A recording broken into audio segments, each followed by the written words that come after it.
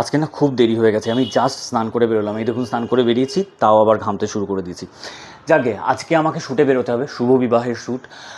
তো সেই কারণে যখন আমার খুব তাড়াহুড়ো থাকে আমি এই চিকেনটা বানাই, কারণ সমস্ত কিছু মাখিয়ে বসিয়ে দিলে চিকেনটা হয়ে যায় নিজের মতন।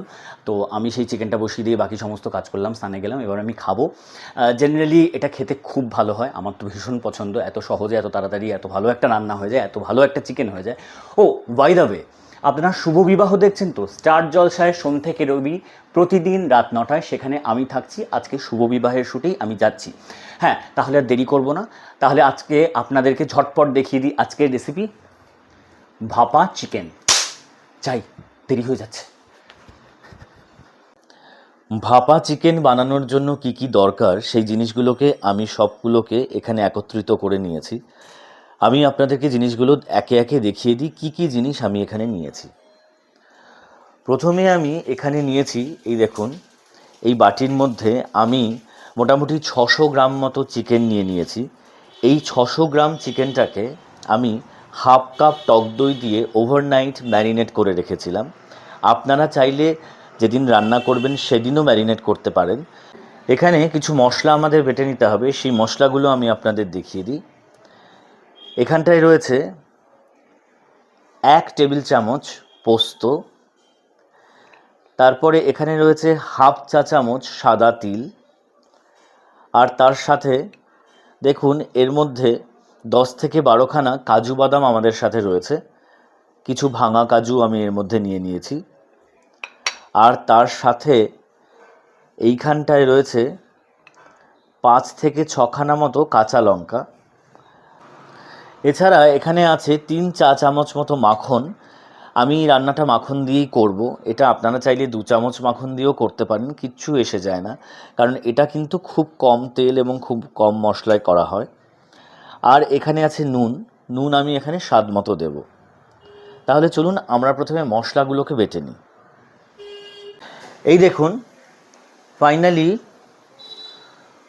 পোস্ত, সাদা তিল এবং কাজু বাদাম তিনটেকে এইভাবে ঘুরিয়ে নেওয়ার পর এই রকম অবস্থায় এসেছে। এগুলো শুকনো গুঁড়ো।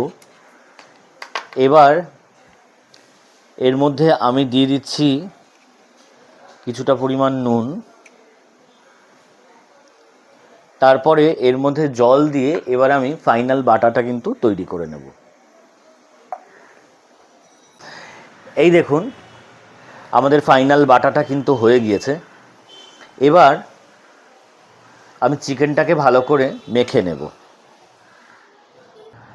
চিকেনটা মাখবার জন্য আমি প্রথমে সম্পূর্ণ মশলাটা এর মধ্যে দিয়ে দিলাম।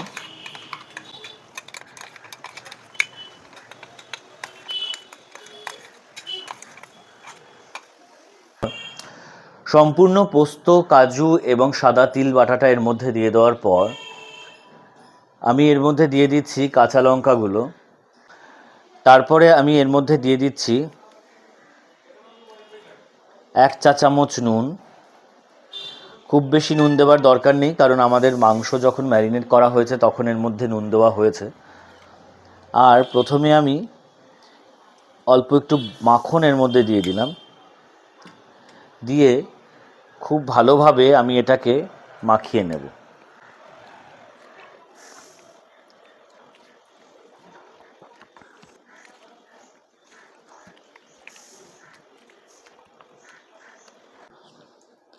এইবারে এই সম্পূর্ণ মাংসটাকে আমি একটা কাচের পাত্রে নিয়ে নেব। আমি মাইক্রোওয়েভে এর মধ্যেই রান্না করব মাংসটাকে, সেই জন্য আমি এই পাত্রটার মধ্যে নিয়ে নিলাম। নিয়ে আমি সম্পূর্ণ গ্রেভিটাকে এর মধ্যে দিয়ে দিচ্ছি।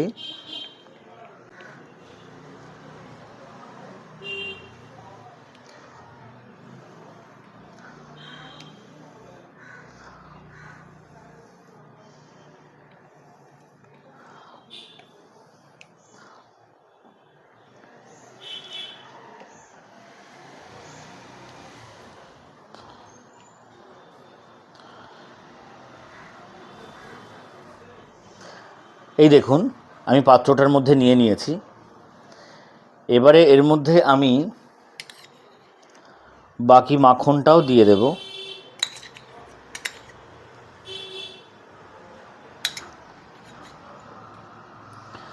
দিয়ে মাখনটাকে আমি ভালো করে সমস্ত দিকে